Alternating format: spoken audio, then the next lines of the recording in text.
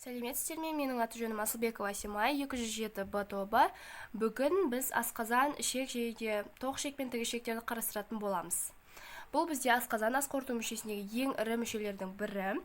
Оны ventriculus gastr деп атаймыз. Бұл жерде бізде жоғарғы жағынан өңеш пен төменгі жағында 12 елі ішекпен шектескен. Жалпы асқазанға түскен тамақ, ферменттер, белоктар және де майлар барлығы араластырылып, тамақ ботқасына айналады да 12 елі ішекке қарай жіберіледі. Асқазанның құрылысына келетін болсақ, оның алдыңғы және де артқы беттерін ажыратамыз. Парес anterior, парес posterior. Және де оның екі иінін, кіші және де үлкен иіндерін ажыратамыз. Кіші иінін curvata ventriculi minor және де екіншісін үлкен иінін curvatura ventriculi major деп атаймыз. Сонымен қатар оның топографиялық орналасуына байланысты осы асқазанды біз бірнеше бөліктерге бөліп қарастырамыз. Кардиальды бөлігі, денесі және де пилорикалық бөлімі. Кардиальды бөлігін біз парс кардиака деп атаймыз. Және де одан өткеннен кейін дөңестеу асқазанның күмбезіне ауысады. Міне, күмбез fundus ventriculus деп аталады. Одан төмен корпус гастр болып саналады, немесе корпус ventriculi.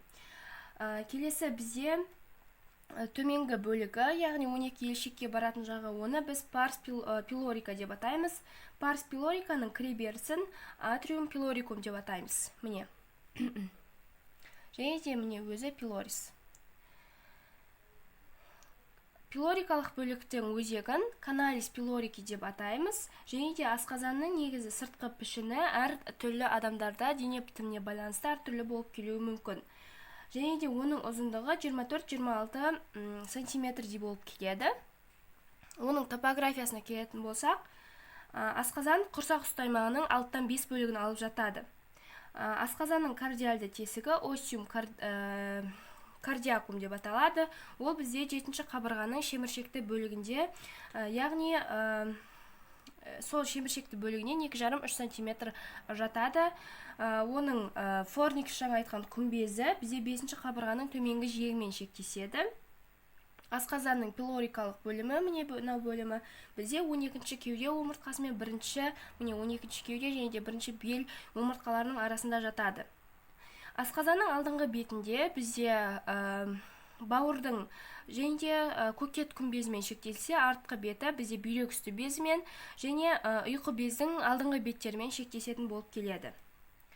Енді асқазанның қабырғаларына келейік. Асқазан негізінен бірнеше қабырғалардан тұрады. Ол шырышты, шырыш асты, міне шырышты қабаты туника мукоса, одан кейін келесі туника субмукоса, шырыш асты және де бұлшық еттік, дәнекер тінді немесе сірлі қабаттардан тұрады. Асқазанның ішкі бетіндегі шырышты қабатына тоқталайық. Оны туника мукоса деп атаймыз. Бұның цветі примерно ақшыл қызыл болып келеді, және де оның іші эпителиймен көмкерілген. Бұл қабаттың қалыңдығы 0,5 см-ден 2,5 см-ге дейін барады. Бұл жерде біз білеміз, оның бұлшық етті қабаты бар. Бұлшық етті қабатындағы туника, точнее ламина мускулярис мукосаның арқасында осы шырышты қабатта бізде плисы гастрикалар түзіледі. Яғни плисы гастрикалар, яғни қатпарлар түзіледі. Ол қатпарлар осы асқазанда әр түрлі жерде әр түрлі орналасқан, яғни біркелкі емес. Сонымен қатар оның шырышты жапқыш несі болады. Оны парс дөңгелек орналасатын шырышты жапқыш болады. Оны мына орналасады. Оны біз вальвуля пилорики деп атаймыз. Және де асқазанның бетінде осы қабатта 35 миллионнан көп асқазан бездері орналасады, және де тесіктер мен шұңқырлар болады. Бұл тесіктер мен шұңқырларды біз фавеола гастрика деп атаймыз. Сонымен қатар бұл жердегі біздегі асқазан бетіндегі бездер әртүрлі болып табылады, яғни кардиальды бөліктегі, күмбездегі және де пилорикалық бөліктегі бездер болып бөлінеді. Асқазан бездері 3 жасушалардан түзіледі. Ол негізгі, қосымша және де жабушы жасушалардан тұрады. Кардиальды бөлігіндегі бездерге келетін болсақ, олар түтік тәрізді бездер болып келеді. Негізінен олардың негізі белоктарды ыдырататын пептидазаны бөледі осы жерде, және де тұз қышқылын нейтралдайтын секреттер бөледі. Келесі күмбездік бөлімі, міне фундус вентрикулистегі. Бұл жердегі де түтік сияқты болып келеді. Бұл жерде 3 түрлі жасуша, жаңа айтқан негізгі қосымша жабушы жасушалардың үшеуіне түзіледі. Бұл жерде негізінен пепсинді бөледі. Және де пилорикалық бөлімі, оны біз бұл жерде негізінен пепсин бөлінеді көбінесе, және де 1,5-3 литрге дейін асқазан сөлі бөлінеді. Келесі біздегі қабат, міне ортаңғы қабатта шырыш асты қабаты болып табылады. Оны туника субмукоса деп атаймыз. Оның негізгі қызметі асқазанның шырышты қабатындағы мынау қатпарларды түзуге қатысады. Келесі бізде мынау тұрған асқазанның қоршайтын асқазанның бұлшықетті қабаты болып табылады. Оны туника мускулярис деп атайды. Бұл жерде 3 түрлі бұлшықеттер, бойлық орналасқан бұлшықеттер, әсіресе пилорикалық бөлімде көбірек дамыған. Одан соң айналма бұлшықеттер, немесе дөңгелек бұлшықеттер, және де қиғаш бұлшықеттер орналасады былайынан. Асқазанның бойлық бұлшықеттеріне келетін болсақ, оны стратум лонгитудиналис деп атаймыз. Міне бұл бұлшықеттер кіші иін және үлкен иіннің терең қабаттарында, міне көріп тұрмыз, міне кіші иінде және де терең мынау үлкен иіннің терең қабаттарында жақсы дамыған, және де мынау пилорикалық бөлімде. Келесі асқазанның мына орналасқан стратиум цилиари, яғни дөңгелек қабаты, дөңгелек бұлшықеттерден тұратын. Бұл жерде бұл осы дөңгелек бұлшықеттерден бізде пилорикалық бөлімдегі қысқыш құралады, яғни оны мускус сфинктер пилори деп атаймыз. Бұл негізі тамақтың 12 елі шекке өтуін қамтамасыз етеді. Келесі асқазанның қиғаш бұлшықеттері, ол былайынан орналасады. Кіші иін мен үлкен иінді бір-біріне жақындату қызметін атқарады. Енді оның қанмен қамтамасыз етілуіне келетін болсақ, жалпы бізде бұл кіші және де үлкен иіндерге келеді. Оның асқазанның кіші иінін бізде артерия гастрика синстра және де артерия гастрика декстралар келеді. Ал үлкен иінге келетін артерия гастроэпиплиока декстрамен және де артерия гастроэпиплиока синстралар келеді, яғни асқазан шарбы артериялар келсе, мұнда асқазан артериялары келеді. Келесі бізде осы асқазанның веналары, аттас веналар шығып, қақпа венасына барады. Және де асқазанның нервтелуіне келетін болсақ, бізде кезбе нервімен симпатикалық өрімдер келеді. Кезбе нерві алдыңғы жаңа мен айтқан екі бөлігі бар, парс антериор, парс постериор. Парс антериорге алдыңғы кезбе нервінің сабауы келеді. Асқазанның алдыңғы қабырғасына және де артқы қабырғасына кезбе нервтің артқы тармағы келеді. Келесі бізде асқазаннан кейінгі мүше, бұл бізде жіңішке ішек болып табылады. Жіңішке ішекті біз интестиниум тениу деп атаймыз. Ол асқорыту мүшесіндегі ең ұзын мүше болып табылады. Ол тоқ ішекпен асқазанның арасында жатқан мүше. Жіңішке ішектің ұзындығы 2,5-нан 4,5 метрге дейін жетеді. Ал егерде мәйіттерде ол 5-6 метрге дейін жетеді. Және де ерлерде әйелдерге қарағанда жіңішке ішектері ұзынырақ болады. Жіңішке ішекті біз 3 бөлімге қарастырамыз. Оны жаңағы асқазаннан шыққан кезде 12 елі ішек бөлімі, мықын ішек және де аш ішек бөлімдері болып бөлінеді. Жіңішке ішектің қабырғаларына келетін болсақ, ең бірінші шырышты қабығы туника мукоса болады. Туника мукоса 12 елі ішек пен мықын ішектің шырышты қабаттарында ол бозғылт түсті болып келеді. Сонымен қатар шырышты қабаттарда бізде шырышты қабаттың бетін жабатын 30 миллионға жуық бүрлер болады. Яғни жіңішке ішектіге тән бүрлер болады. Оларды вили инсценали деп атаймыз. Және де бұлар қорытылған қоректерді қан тамырлар мен лимфа тамырларына жеткізу, яғни организмге сіңуі керек. Сонымен қатар бұл жіңішке ішекте патогенді микробтарға қарсы арнайы лимфа түйіншелері болады. Лимфа түйіншелері өте көп. Соларды қарастыратын болсақ, міне дараланған көріп тұрмыз. Және де шоғырлы. Дараланған фолликули лимфатики солитари деп аталады. Олар жіңішке ішектің шырышты қабатында біркелкі орналасады. Ал шоғырланған лимфа түйіншектерін, міне шоғырланған ортасына көріп тұрмыз, оны фолликули лимфатики агрегати деп атаймыз, немесе оны Файеров деп атайды. Онда 20-30 лимфа түйіншектері болады.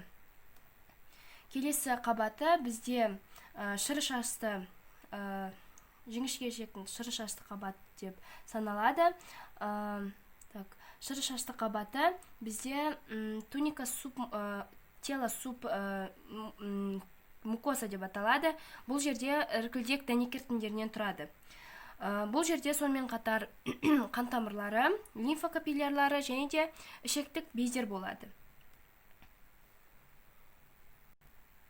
Тағы бір, бұл жерде жіңішке ішектерде тело субмукозаның жақсы дамуына байланысты осы шырышты қабатында бізде нелер болады.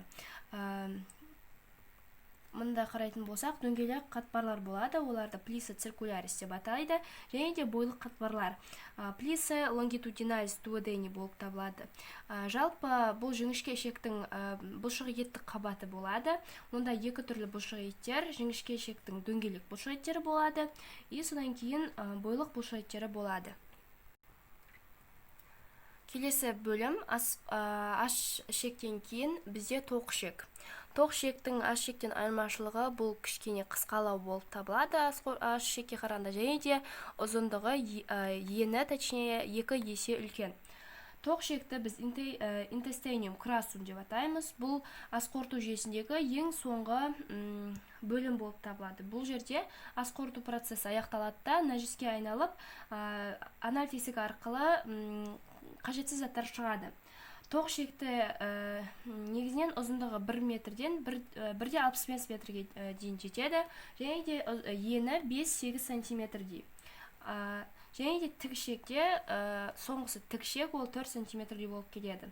Тоқ ішектің басқаларынан айырмашылығы біріншіден ол көлемі, және де көлемі бойынша ерекшеленеді, және де тоқ ішектің сыртқы бетінде бұлшық етті қабақ нелер болады. Жинақталып орналасқан таспасы болады, оны тения коли деп атаймыз. Міне тения колилар болады, оның 3 түрі болады.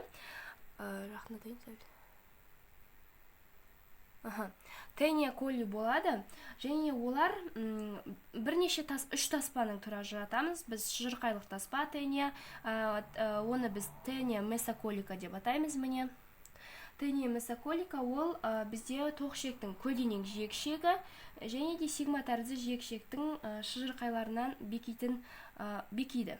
Міне. Келесі шарбылық таспа тения аменталис деп аталады. Жоғарғы бетінде көріп отырсаңыздар. Тения аменталис ол бізде үлкен шарба, яғни аментум майуске бекитін жері, үлкен шарбының бекитін жері болып табылады. Бұл жерде көлденең ішектің алдыңғы бетінде және де жоғарыланған ішектің төменленген бөлігінде орналасқан. Келесі бізде бос таспалар, яғни тения либера деп аталады, міне ұзыннан орналасқан. Тения либера ол тоқ ішектің соқыр ішекпен жоғарыланған жиек ішектің алдыңғы бетінде орналасады, және де тоқ ішектің көлденең жиек ішектің, және де сол неде орналасады ғой, тоқ ішектің көлденең жиек ішекпен, және де жаңағы айтқан жоғарыланған жиек ішектің алдыңғы бетінде орналасады. Сонымен қатар мына көріп тұрғанымыз хауста коли деген, бізде оны қампаймалар деп атаймыз. Бұл негізінен осы тоқ ішектің бойлық қабаты біркелкі орналасуына көмектеседі. Және екіншіден таспалардың жаңағы 3 таспаның ұзындығы тоқ ішекке сәйкес келмейді, сондықтан кішкене жинап тұрады. Сонымен қатар бізде шарбылық өсінділерді көріп тұрмыз. Міне сарылар бізде шарбылық өсінділер болып табылады. Оларды біз аппендисис эпиплиока деп атаймыз. Ол тоқішектің шарбылық таспасы, мынау тұрған тения